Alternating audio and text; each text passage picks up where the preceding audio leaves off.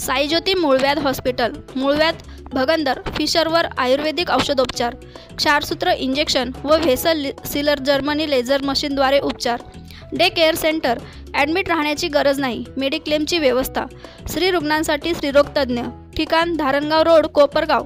संपर्क डॉक्टर तुषार गलांडे, डॉक्टर काजल गलांडे। अवैध ऑनलाईन लॉटरीच्या माध्यमातून कोट्यवधीची फसवणूक करणाऱ्यांवर कठोर कारवाई करावी अशी मागणीचे निवेदन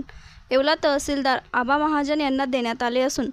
अशा ऑनलाईन लॉटरीच्या माध्यमातून अनेकांची फसवणूक होत असून त्यांना पाठीशी देखील अनेक जण घालत असल्याचा आरोप यावेळी निवेदनात करण्यात आला आहे। आम्ही आज या ठिकाणी कैलास शाह याचा जो अवैध व्यवसायाचा बादशाह आहे नाशिकमध्ये, तो आणि त्याचे साथीदार यांनी एजंटांचं पूर्ण राज्यामध्ये जाळं पेरले आणि त्या माध्यमातून सर्वसामान्य लोकांना हजारो कोटींना फसून सामाजिक आर्थिक अस्थैर्य त्या ठिकाणी निर्माण केलेलं आहे आणि त्याच्यातून गुन्हेगारी विश्वसुद्धा उदयाला आलेलं आहे। या सर्व गोष्टींना पायबंद घालण्यासाठी त्या ठिकाणी आम्ही आत्तापर्यंत पोलीस प्रशासनाशी आणि इतर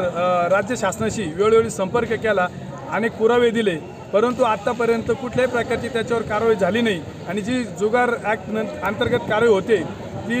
कठोर नसून त्याच्यामध्ये त्याला तात्काळ जामीन होतो। आत्तापर्यंत असंख्य लोकांनी आत्महत्या केल्या, त्याच्यावर पण असंख्य गुन्हे दाखल आहे। आमचं म्हणणं एकच आहे, या आजच्या आंदोलनाच्या माध्यमातून जे साहेबांना निवेदन दिलं त्याच्या माध्यमातून की बाबा